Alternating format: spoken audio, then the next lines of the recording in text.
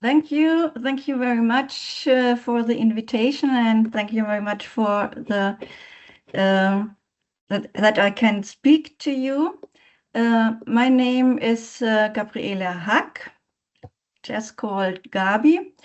And first I will do some notes on my person and on the GKL, the society I speak for. Then I have some numbers about plastic production and use in agriculture, and some estimation of residuals of plastic in Germany.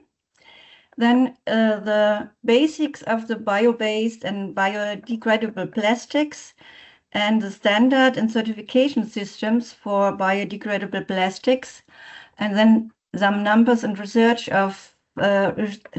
results of biodegradable mulch films, and some examples for twines and plant pots, and last the conclusion.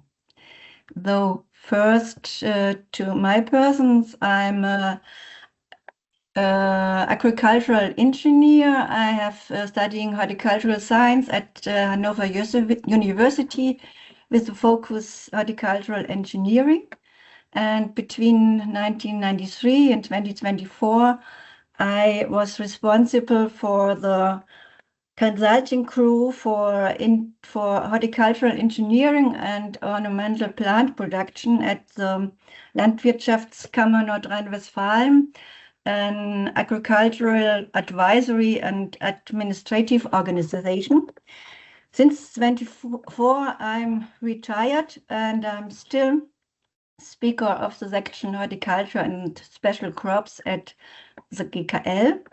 I'm living near Bonn in Germany.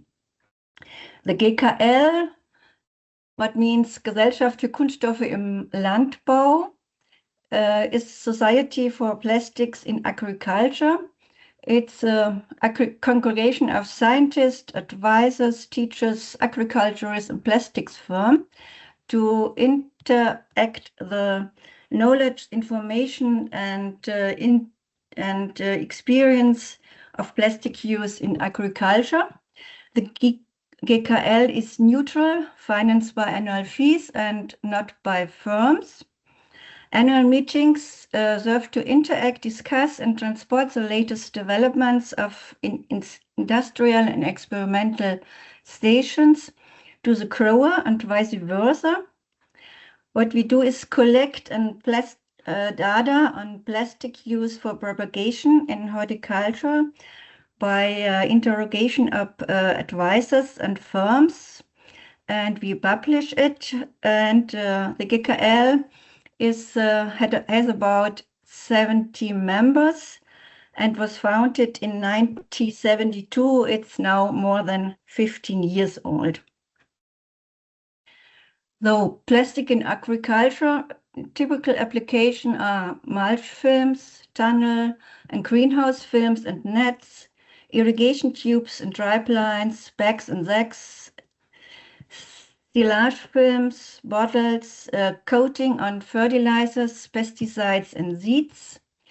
There are non-woven fleece applications. Plastic is in fruit protectors and plant protectors, and in net, ropes, traps, tapes, and enclosures. This chart shows the plastic use in agriculture in Europe for livestock and for crop production. Livestock production is about 400,000 tons a year. The most part is silage films and the stretch films. And in crop production, it's about 310,000 tons. And the most part is greenhouse films and the mulching films. The emission of plastic in plant production in horticulture in Germany was a study of the Fraunhofer Institute in 2022, and the estimation is about 19 tons per year of plastic emission in the environment, and the most part of this is in strawberries and in vegetable and in asparagus. Though this is the estimated total input to agricultural soil in Germany in tons per year. There are the primer intended applications. These are in seeds, fertilizers, soil improvers, and plant protection. They are about nearly 3,000 tons. Then the primer not intended is the emission of films, fleece, energetic biomass use, and plants for livestock, about 500 tons. Then there are the secondary intended. This is littering compost and in bioenergy products and microplastic in savage floods. And about 5,000 tons is not intended. This is external plastic litter. Okay, this is the explanation to it. Total look about the plastic residuals is about 7,000 tons a year into the agricultural soil in Germany. The most don't come from agricultural use. The intended distribution of products with polymer content as seed, fertilizers, compost, etc. is more relevant than the rub down and weathering of the agricultural plastic. And the annual input to agricultural soil is about 1.1 kilo per hectare in year in Germany. It depends on varieties and usage of soil. So what's the reasons for using biodegradable plastics? This is the avoidance of any emission of microplastic in the soil and environment. It's a private or company philosophy. If there is no possibility of recycling or collecting materials for recycling, is another reason to use biodegradable plastic instead of fossil-based plastic. There are in some lessors and landowners restricted to the not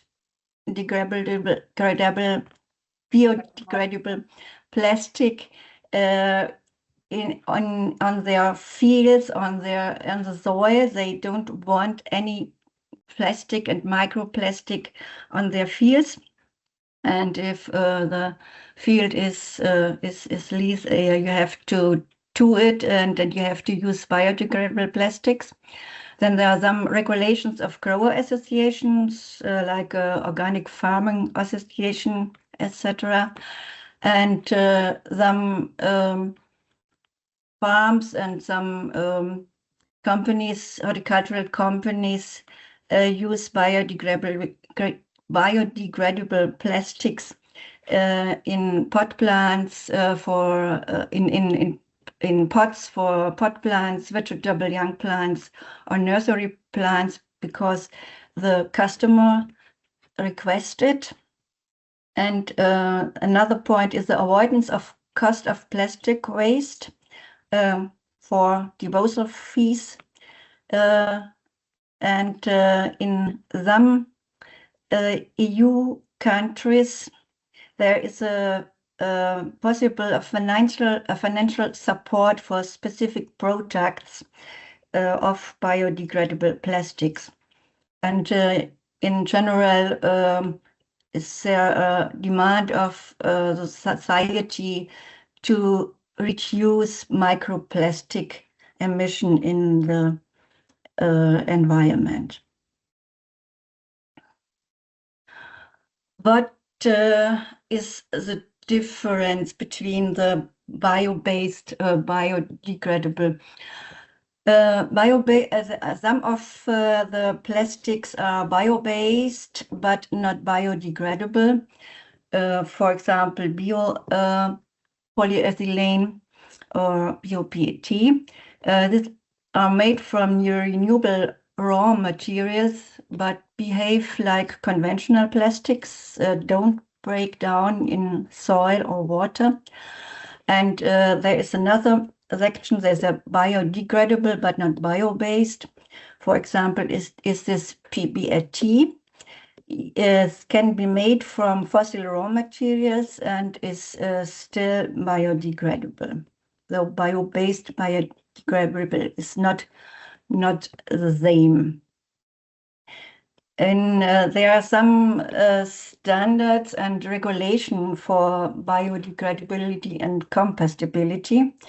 The first is in 2226 is passed by the European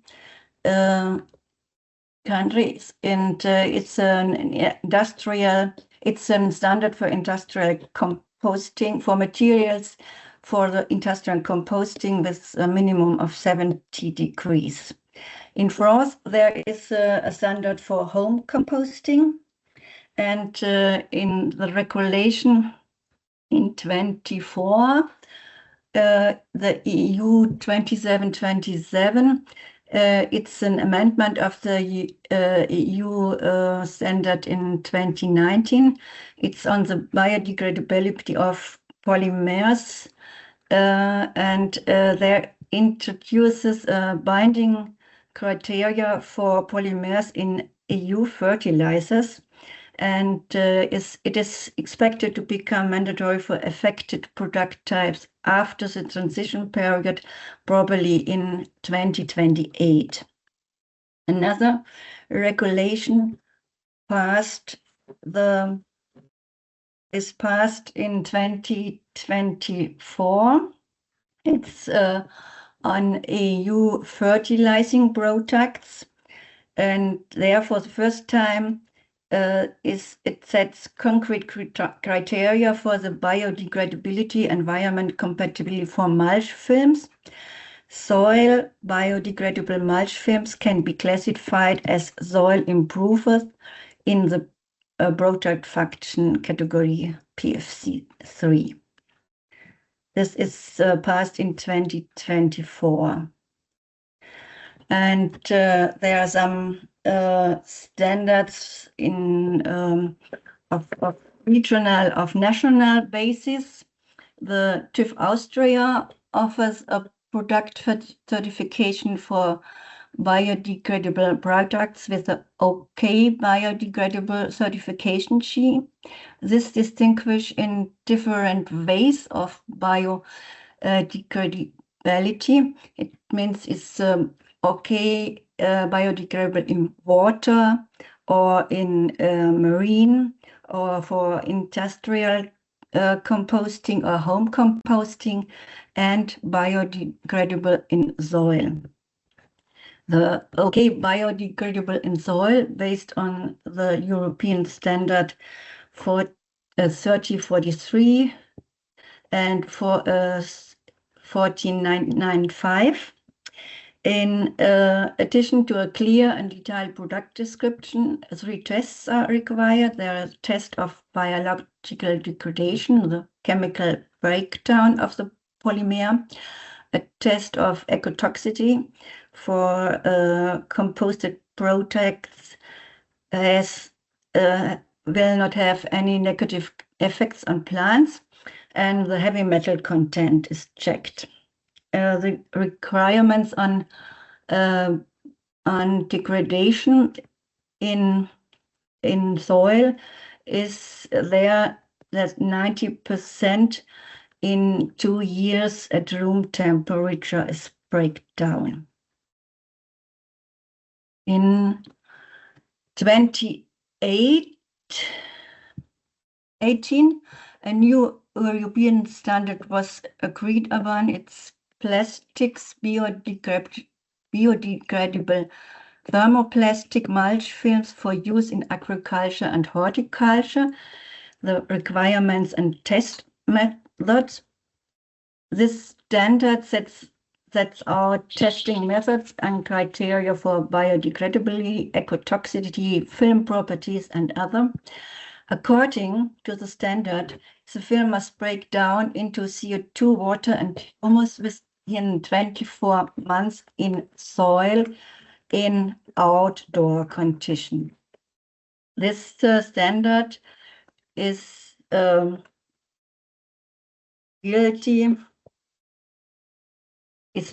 in Germany as DIN EN 17033 in 2018, and there are the label for the DIN approved materials and for biodegradable in soil, and there are a certification company like the TÜV Rheinland, which proves the materials with DIN Certco system for conformity with the standard.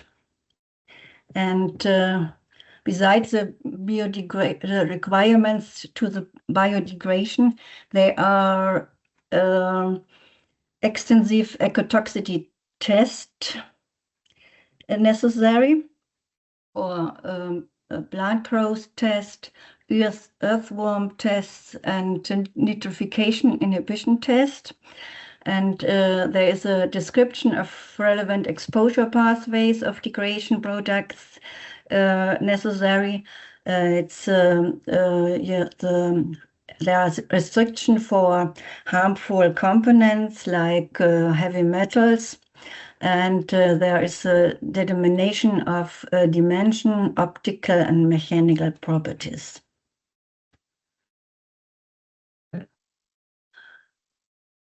Biodegradable materials are most used in horticulture for films and non-woven materials like fleece, in plant pots and propagation trays, and in cords and twines. Mulch films in Europe are about 18,000 tons. Mulch films are marketed annually. 5 to 15% of them is biological degradable films. The most use of the mulch film is in Italy, France, Germany, Benelux, and Spain. The plastic films from fossil raw materials cause 80% of the agricultural plastic waste, but numerous applications are able to collect and recycle. But the collecting films can be very dirty and are contaminated with oil, plant parts, etc. Though if films can be collected, it's one way to use biodegradable mulch films. In the regulation of the EU for fertilizers, I mentioned before, though it's possible to support in some EU countries the mulch films, the soil biodegradable films as with financial support.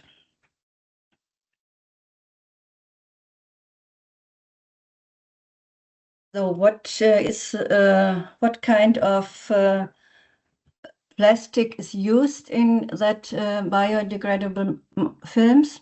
There is PLA. It's from starch of maize or sugarcane, and it's can, especially in industrial composting units, it's biodegradable. It needs higher temperature. Then it's PHA. It's produced from microorganisms. This is biodegradable in natural environment. Then it's PPS. It's fossil or bio-based resource, and it's biodegradable too. Then it's PBAT. It's most based on fossil resources. It's biodegradable too, and there is starch-based plastic. It's made from potato, maize, or wheat starch, and there's cellulose-based plastic. It's made for wood or plant fibers, and this is often biodegradable. Not all materials are biodegradable in soil. So in practice, many mulch films are made from blends of PLA, BPAT, and starch to achieve sufficient tear resistance and flexibility and control degradation time. The properties of these films are that they are broken down in soil by microorganisms into water, CO2, and biomass. They don't need to be collected and disposed, but the speed of degradation depends on soil temperature, moisture, and microbiological activity. Though there was some trials on a research station for organic vegetable in northern Germany, and they tested different biodegradable mulch materials for the organic farming.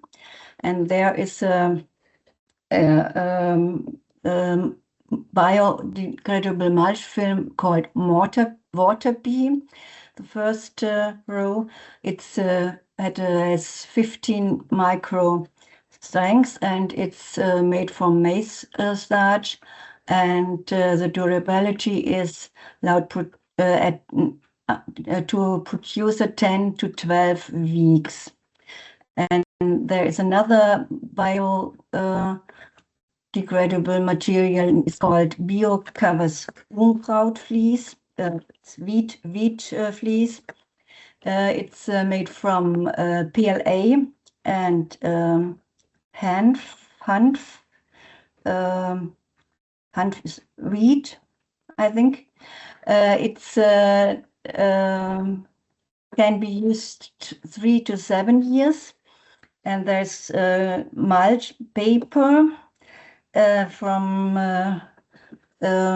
renewable plant fibers, and there is another easy green mulch wool from sheep wool, and green text fleece from jute.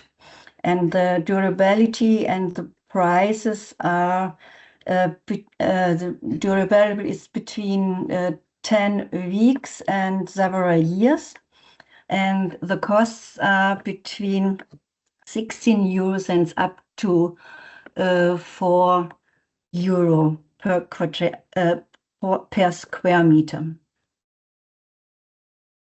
So this is Mrs. Hack, just because of the time, we have go. Yeah, I'm three. Already.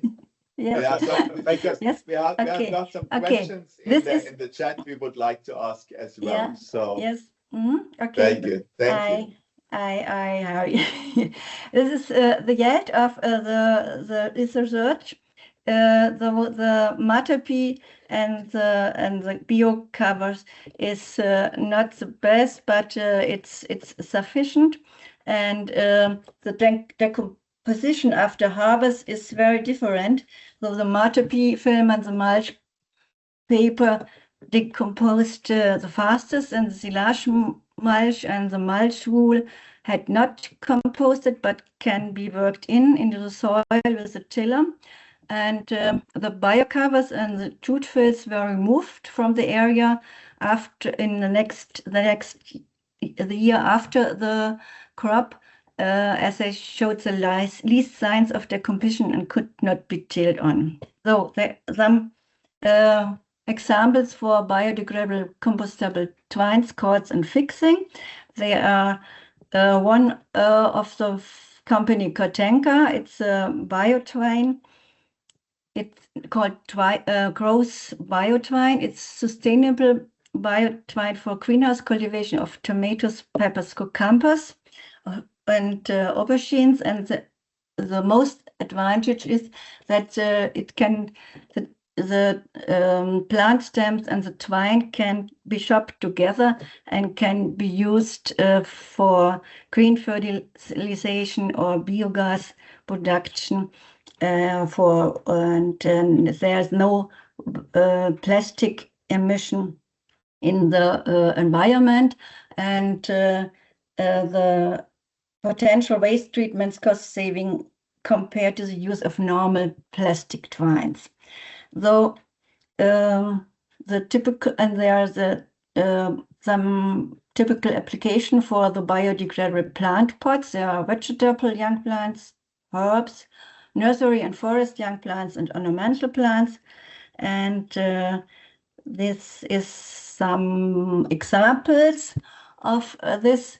Most of the biodegradable plant pots are made from paper or wood fiber or wool, but these examples are made from bio-based composites with rice hull. It's a Chinese company, and it offers for pots for propagation and for growth. And the next other is a New Zealand company. It's called Compostify, and this material is a blend of PLA, bio-PPS, and other bio-based materials, and they also offer pots for propagation and for production. The barriers of the bioplastic in horticulture, this is higher prices. The durability sometimes not is sufficient, and the films, pots, clips, etc. break down before end of growing season or harvesting. Then the durability sometimes is too long. There are still film parts at the field after season, and there's some problems with soil cultivation or accusation of illegal waste disposal. And the German Organic Farming Association, Bioland, the greatest and the numerous organic farming association, allows maximal 5% of vegetable production area with technical mulching.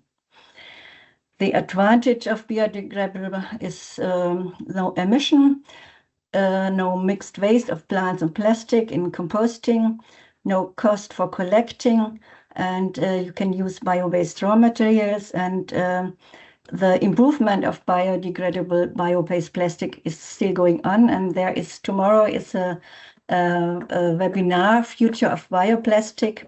Its participation is online, and maybe some of one can see this webinar. And the conclusion of my presentation is the use of films, nets, fleece, spots, etc. in agriculture will continue, but it needs to be more efficient, more sustainable, and more responsible. And a way there is first use of biodegradable plastic, or the collecting and recycling, and a system and for collecting and recycling is the ERDE system. The next speaker, Anne-Biel, will present. So thank you very much for listening, and thank you very much in name of the GKL. Okay. Thank you, Gabi Hack, for the presentation and the overview about biodegradable plastics, which of course is a hot topic because the conditions vary have very much to say if this is working or not. And in Norway, we have some research going on here. And we're also wondering about all the additives that might cause some problems. But most of all, when we read like room temperature, this is will be difficult to apply in our areas. And we have some questions, but in order to give also maybe enough time, we thought like if it would be possible that you answer the questions in the chat. You can do it also in German if you want, because it's very easy to be translated, or you do it in English. Anyway, both languages are possible.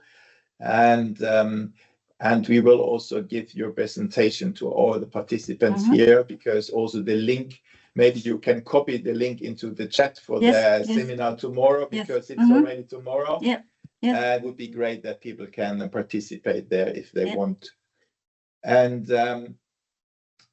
we will keep you as a contact. So if people want to talk to you afterwards or later have more questions, we will make your address available. Okay. So, but if you could spend some time you can to address answer the to questions. you can address to GKL, to the Society of though we will answer it. Mr. Stockert and me and the others expertise will answer it. Definitely, and also in the Outlook meeting invitation, there is already the link to your organization, so people will find there anyway. Okay. Good.